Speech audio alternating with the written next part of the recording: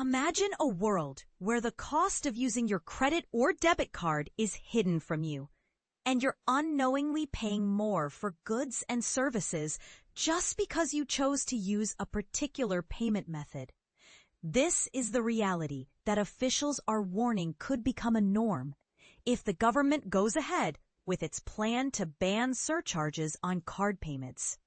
But here's where it gets interesting.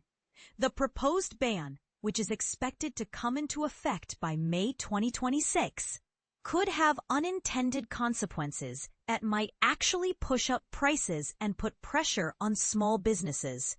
The Ministry of Business, Innovation and Employment has cautioned that a blanket ban on surcharges could lead to a range of problems, including weakened price signals between payment methods, which could result in consumers using lower-cost payment methods subsidizing those using higher-cost methods.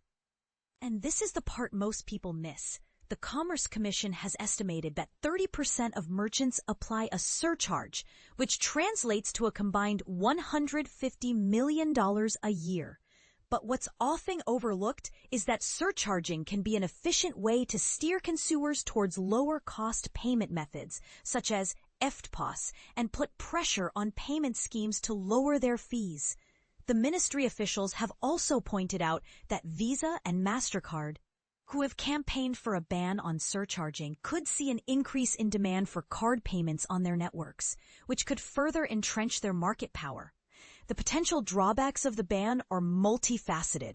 For instance, prices could go up if shops that had previously surcharged had to cover the costs, and consumers using lower-cost payment methods would be partially cross-subsidizing those using higher-cost methods. Moreover, small businesses, who are less able to absorb the cost, could face more pressure. The Competition Impact Assessment has found it challenging to identify the marginal impacts of a surcharge ban, but it's likely that the effects will be concentrated and mainly fall on smaller business merchants in competitive, low-margin sectors. On the other hand, the ban could also remove hidden fees, address excessive surcharges, lower compliance costs, and make it easier to enforce the rules. But here's the question.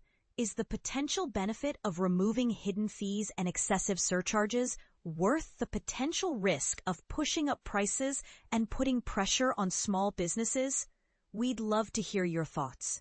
Do you think the government should go ahead with the ban, or should they consider a more nuanced approach?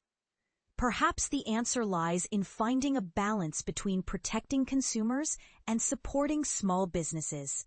One possible solution could be to limit the ban to only in-person debit card payments, as recommended by the ministry officials. This approach could help mitigate the potential drawbacks while still addressing the issue of excessive surcharges. Ultimately, the decision to ban surcharges on card payments is a complex one, and it's essential to weigh the potential benefits and drawbacks carefully. As the government moves forward with the legislation, it's crucial to consider the potential impact on consumers, small businesses, and the economy as a whole.